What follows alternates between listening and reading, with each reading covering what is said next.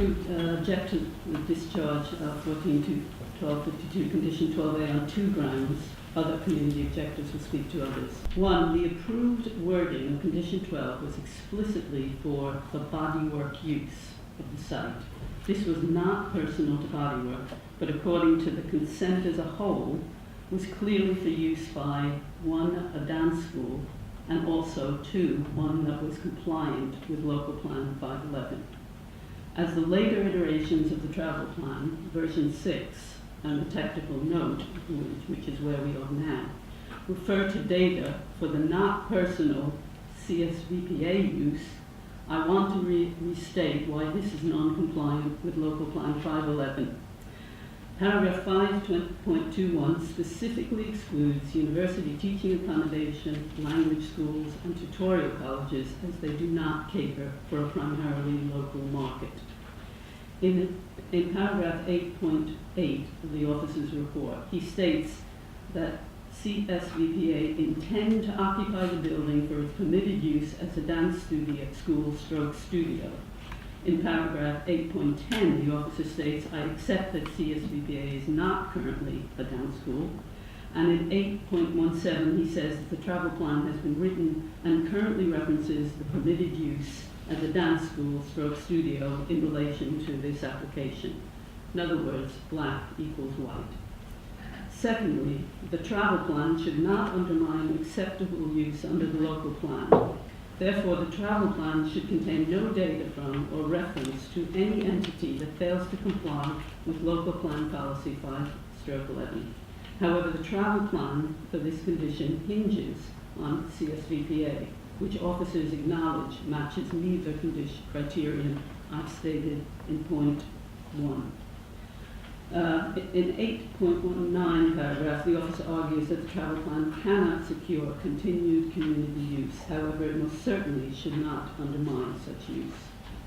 Finally, to add insult to injury, in paragraph 8.2, the officer remarks, I note that the applicant community access agreement has been revised to remove explicit reference to potential community uses.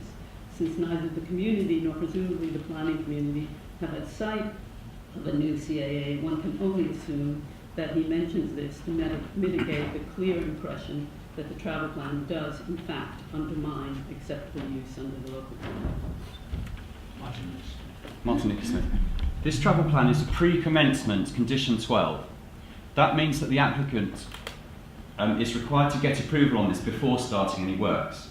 Just to set the scene, they've already finished the works. This is one of the many examples of this developer acting in bad faith, although this is now obviously an enforcement issue. The travel plan has been through 6 iterations to get past the county council. I mean, that really must be a record. The travel plan for the discharge of pre-commencement condition 12 cannot be contingent on post-occupation data. This is illogical.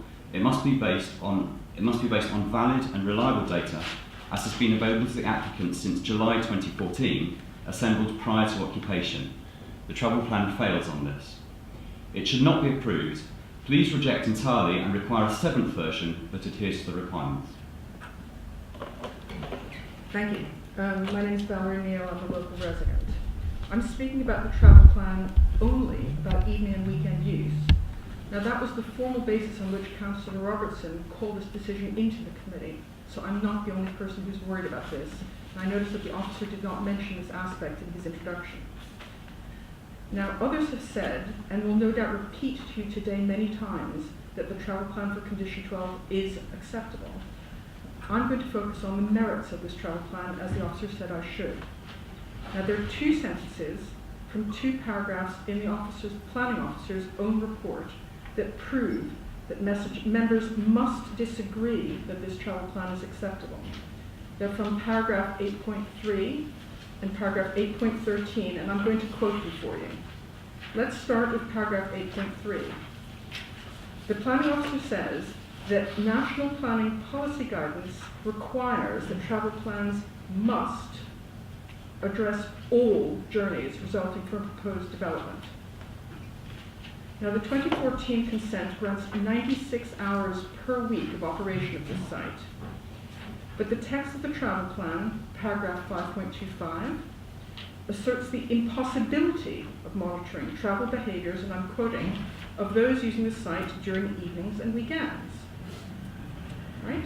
Now, officers must know that this is wrong and unacceptable in a travel plan, because that's exactly what's required in the travel plan that's proposed under the 2015 application that we'll be hearing about later today.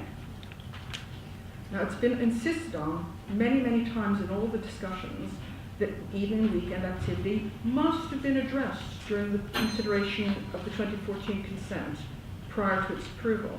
So I'm going to quote from paragraph 8.13 of the officer's report.